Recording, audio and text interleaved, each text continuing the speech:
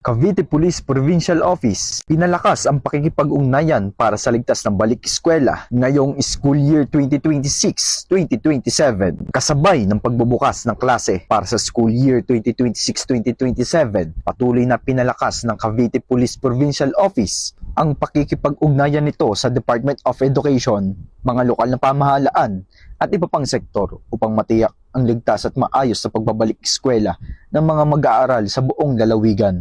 Bilang bahagi ng Oplan Balik Eskwela 2026, nagsasagawa ang Cavite PPO ng Information Dissemination Campaign sa pamamagitan ng social media at iba pang media platforms upang magbigay ng mga paalala sa kaligtasan, traffic advisories at crime prevention tips. Nakaantabay rin ang mga kapulisan sa mga paaralan at pangunahing lansangan upang tumulong sa pagpapanatili ng kaayusan, pagsasaayos ng daloy ng trapiko, at agarang pagtugon sa anumang insidente. Ang inisyatibong ito ay bahagi ng patuloy na layunin ng Cavite PPO na mapanatili ang isang ligtas at mapayapang kapaligiran para sa mga mag-aaral sa pagbubukas ng bagong taon ng pag-aaral.